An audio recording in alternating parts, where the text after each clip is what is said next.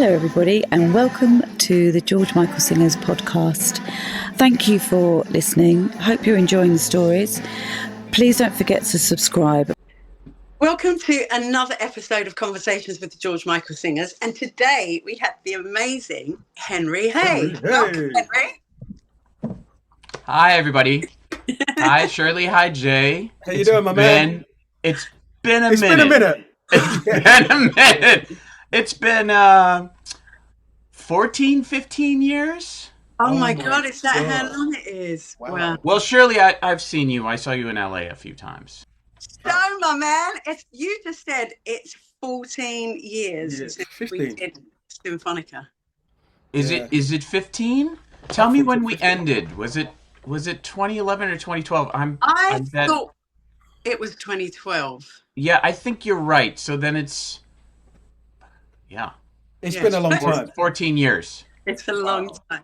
Well, listen, before we get into it, I just want to know, and I'm sure everyone else would love to know, how you started in the industry. And, you know, did you come from a musical family, or like how did you become the great Haye? Well, let's stop with the great. Your dad was great. The okay for certain situations, Haye.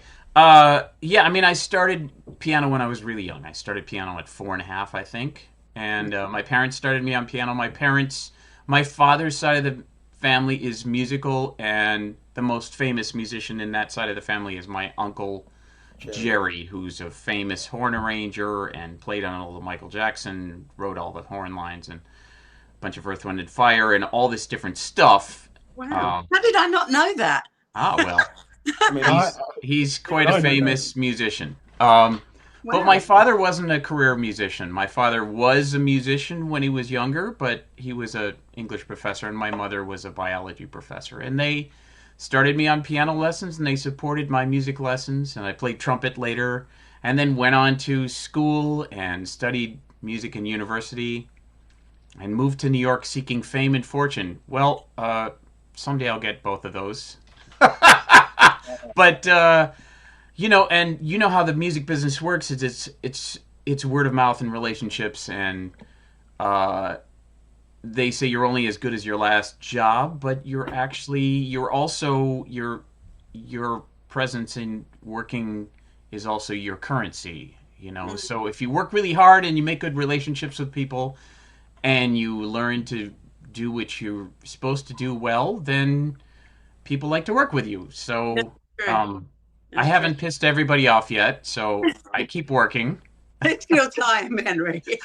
Just give it time. I'm not done yet.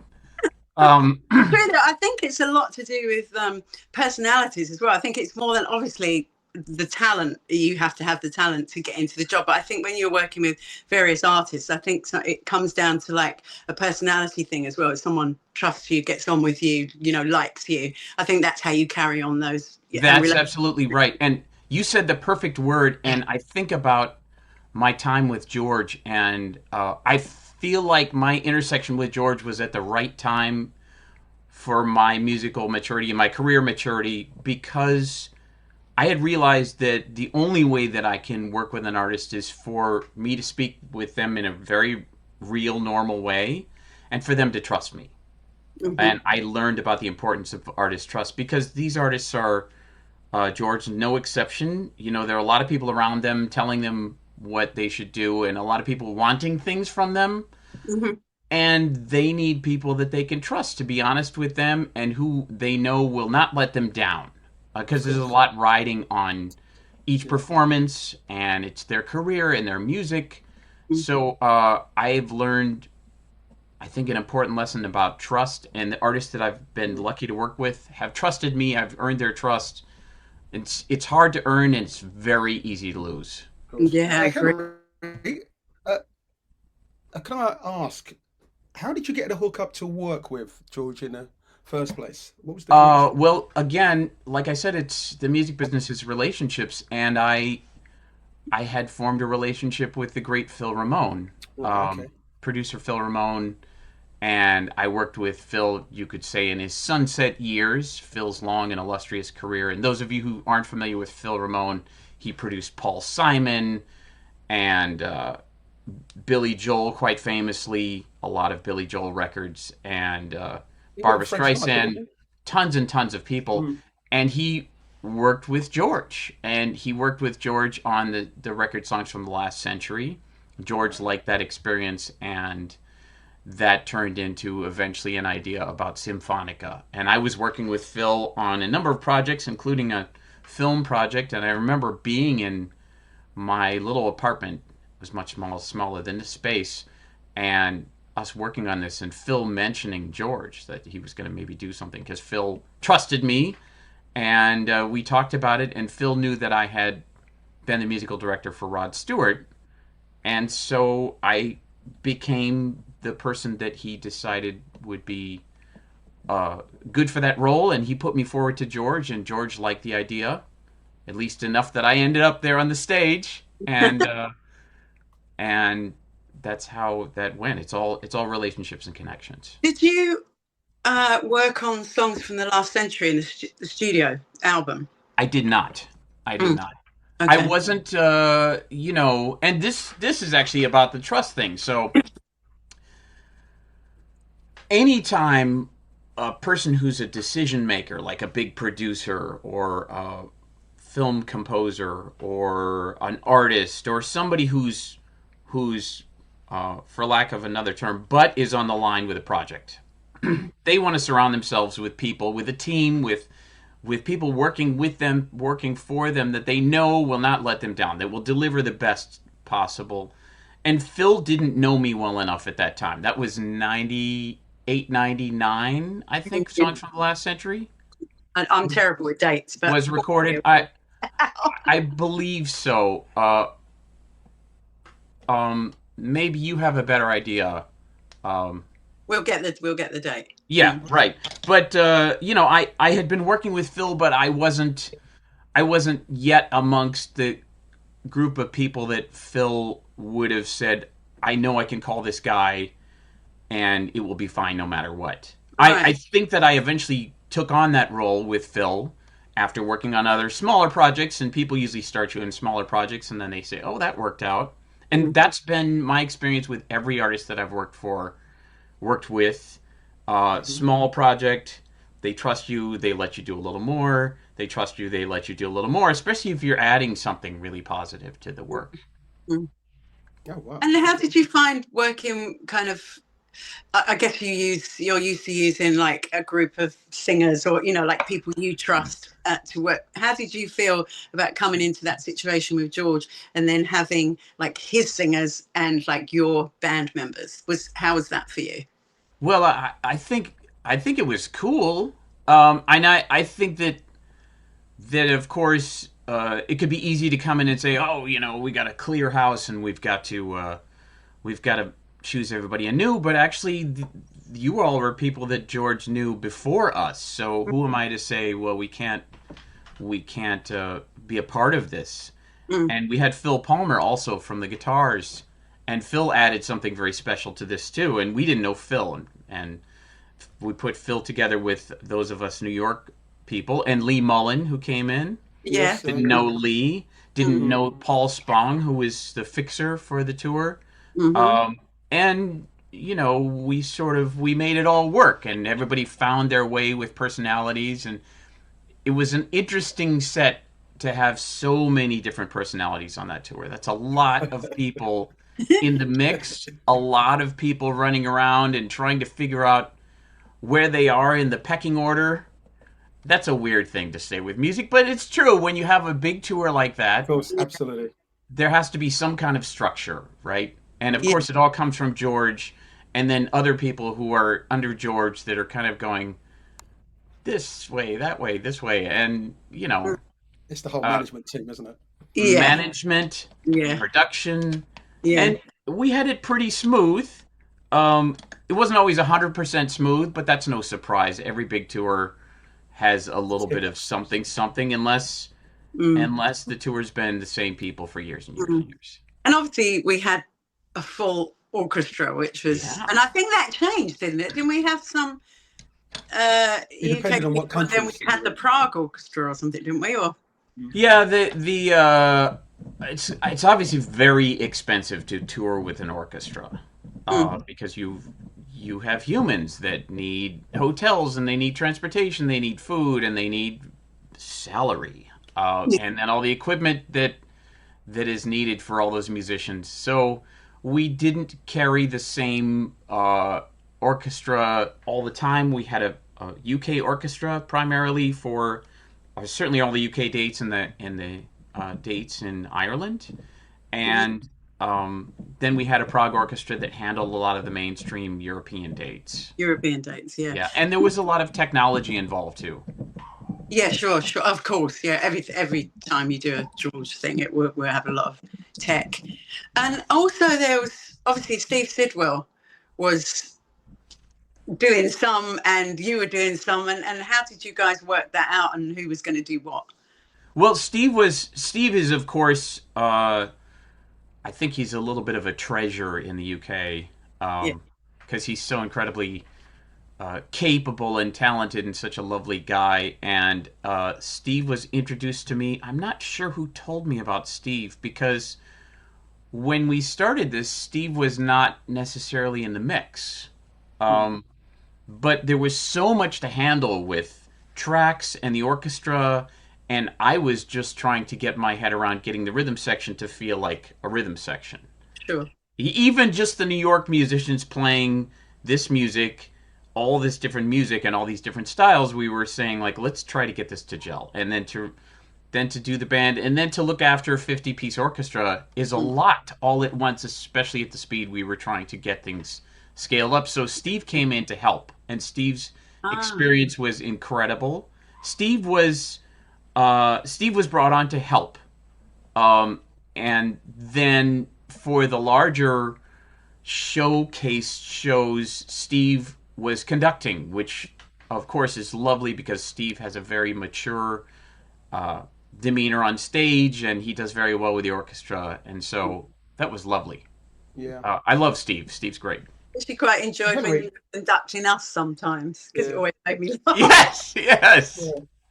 I think when Henry, we were doing what are going more- to a town, you were always Yeah. going, town there. Henry, were there more kind of challenging songs than others, or did you just meet them on the same level? Yeah, sure. Some songs were challenging, but I think the challenges were not so much playing challenges. They weren't. They weren't. We didn't have, at least amongst the band, we didn't have anything that was technically difficult, overly difficult to play. But it was more about getting the band and the orchestra to play emotionally, dynamically, in a way that felt good for George. Yeah. And What I noticed, yeah, go on. Sorry. I also remember at the beginning of the work that George wanted to have a clear space for his voice, which of course makes sense. But we had several trips, several conversations with Phil and George talking about the arrangements when they were developing, because we had all these arrangers on board. We had Rob Mounsey, and we had the great Rob Mathis, who wrote a lot of the arrangements for songs from the last century. And we had Larry Gold, the famous Philly arranger, and we had Chris. Wow, this is really testing my memory of all these, but all these other musicians or all these other arrangers bringing their arrangements to it, and George approving or rejecting arrangements based on something that I couldn't figure out. But then I learned later that it was really about George wanting to make space for his voice. Right, yeah. That's really And funny. You can and of course, yeah.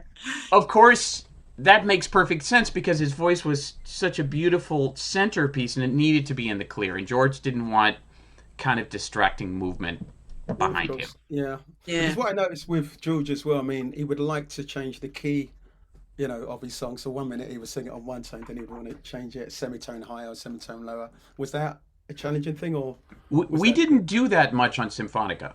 right? Okay. We did some form changes, But no and key of course, changes. sorry, But no real key changes, or no, we didn't do any key changes on Symphonica. I think George had been living with the songs long enough that he knew where his voice sat. right. And as you know, he was incredibly self-critical of his singing in a positive way. George knew when he was not on, and he would be the first to say it. Of course. And you'd say, "Oh yeah, I hear that you're 96% of what you were last night." Yeah, I mean he's He is a perfectionist. Very consistent though. He's one of the most consistent Of course, yeah. artists I've ever worked with. Yeah, for sure. And how did you find, you mentioned earlier about the tech, because obviously everybody has now, they have track running or whatever, but I don't know how difficult that is when you also have a live, however many piece orchestra. I can't remember how many people there was, and the whole band, and obviously singers and what have you. And how did you find working with the tech? Because I've got a really funny moment that I'm going to bring up in a minute, but I want to know what you think about the tech and the live. Well, the tech was a bit of a monster when we first started, and I thought, oh my God, how are we going to do this? But I felt so happy to have the team. I really felt like the technical team was on my side, with Carrie, who was back there running all the tracks, and George was drinking. Huh? When he wasn't drinking. Oh. Yes, but Carrie is a good chap, and he's really good at that, and he was a lifesaver. And Carrie would sit back there, and I don't think I'm disclosing anything that can't be said, but he sat there in front of 2 full Pro Tools rigs. Yeah. Like, nobody ever took that kind of stuff on tour, ever. It's mad, isn't it? Almost every other artist use dedicated playback rigs because they're more reliable. Of course. They're not going to fail. But they're not, exactly. It's like it's one person doing it. So, which is what's the point I'm going to come to. Is one night we did, I don't know if we did this all the time, but we did a Rihanna song. I think about that story all the time. What was the song? I know where it is, where it was, and there is a YouTube video of it, and I'm not going to say the city where it is because if you listen closely, you can hear it. But I was freaked out because yes. All right, so I heard the track and the orchestra were doing their thing, and George was coming down the stairs behind us, and I'm like, shit, he's in the wrong place. Yeah. Like, what is going to happen? So the song was Rihanna Russian Roulette. Russian Roulette. Russian Roulette. Yeah. I'm going to go to the piano. I know it's going to be far away, but Russian Roulette starts, the verse has all this harmony that moves around the one bass note. Right, yeah. Oh, yes, it does, yes. Yeah. Now, you can play something. Yeah, well, I'm just going to demonstrate how that moves around, but so let me show you what happened. So, we've not had this before. So, take a chance.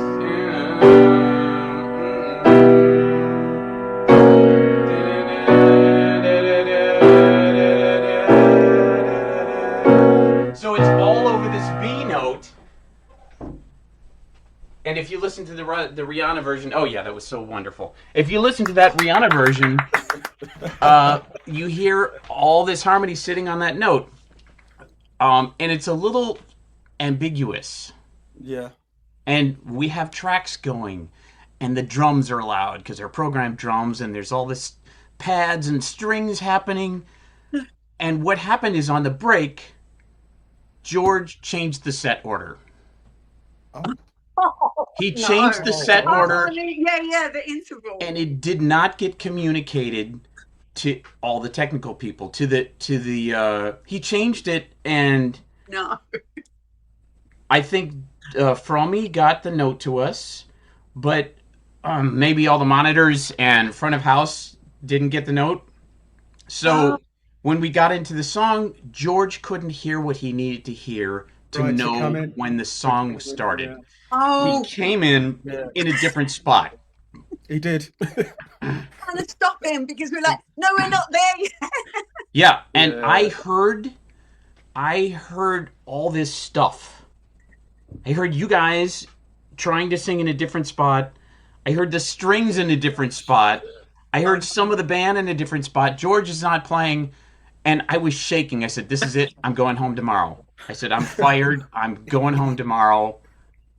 You know, I thought, am I soiling myself on the stage right now? Oh, I God. really thought I was We all fired. felt like that. We all felt like that. Somehow, Oh, somehow, how did we even finish the song? I don't know how we even got through that song. Will don't know how we Baggy, the started it. monitor guy, was yelling down the headphone mix. I could hear him. He's singing to George. Oh, wow. And like trying to get him back on track.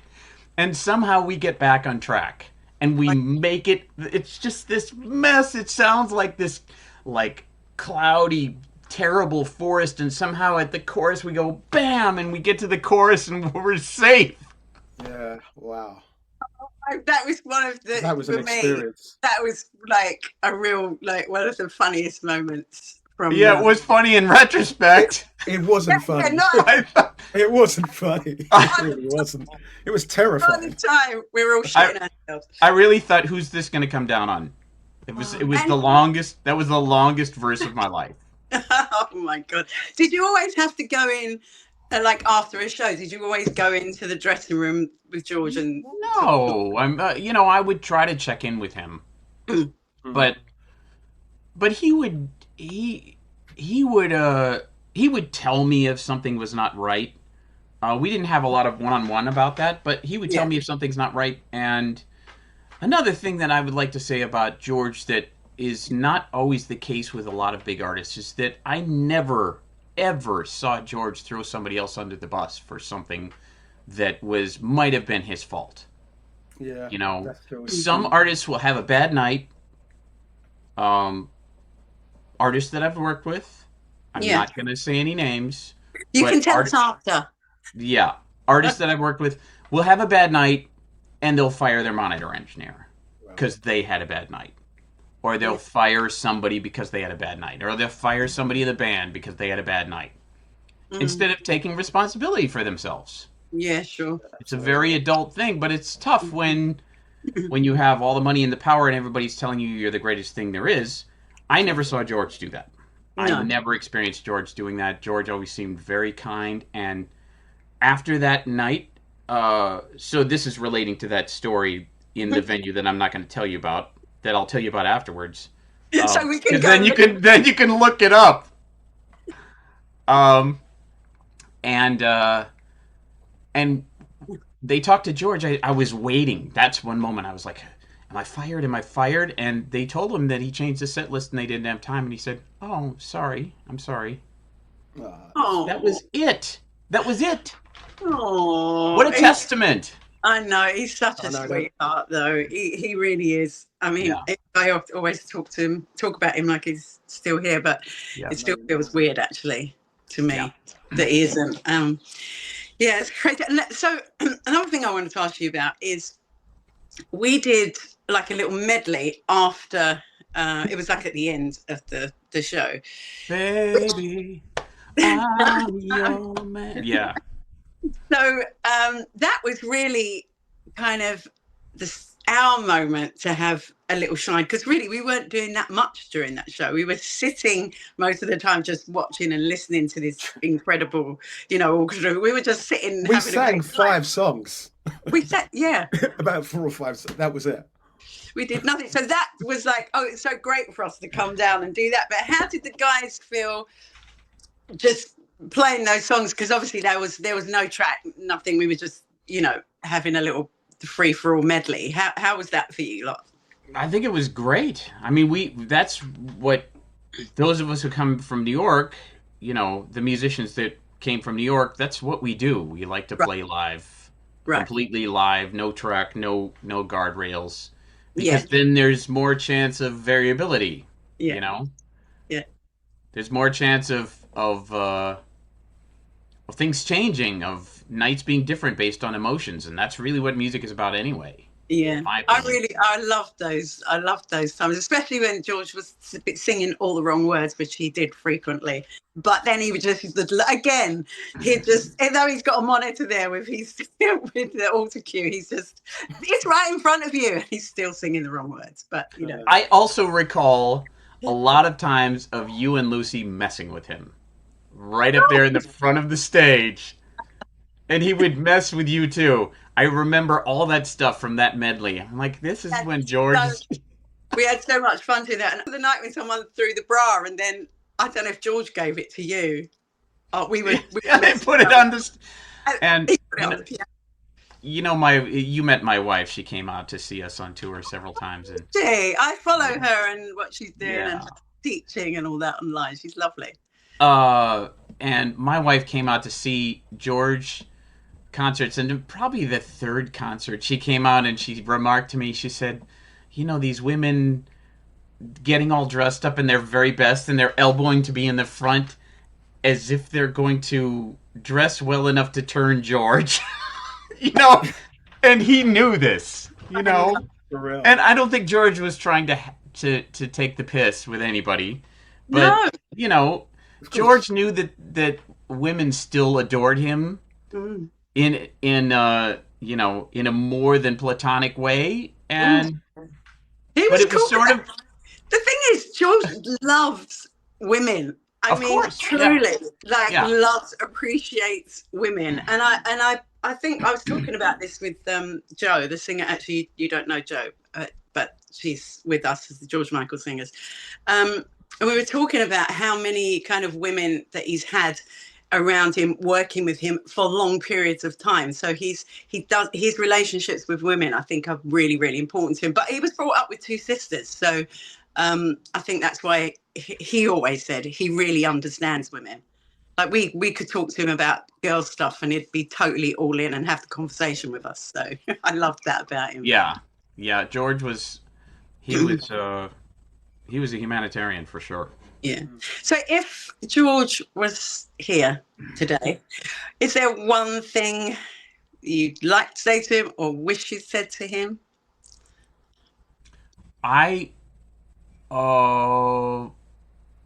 like to tell him about working with David Bowie, because I worked with David Bowie after George.